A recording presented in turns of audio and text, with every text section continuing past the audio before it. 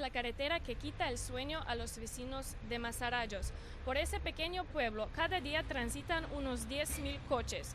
El problema principal son esas aceras estrechas que en algunos tramos solo miden 30 centímetros.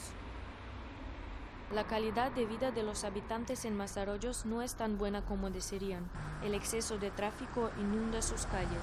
Salir de tu casa y encontrarte ya un coche, un camión, un autobús, pues claro, eso conlleva un riesgo. Entra el humo de los automóviles, entra el ruido, además es que ya no son los automóviles, son los conductores, las imprudencias que hacen. Muchas de las aceras públicas no cumplen con la normativa. Cruzar de un lado a otro incluso puede convertirse en un deporte de riesgo. Pues yo me he dado cuenta ahora realmente lo justa que voy por la acera, o sea, no puedo ir, nadie se puede cruzar conmigo ni yo no puedo bajar a la calle. Los vecinos ya están hartos. Con la iniciativa SOS Mazarrayos quieren buscar una solución. Por el momento quedan presos del tráfico.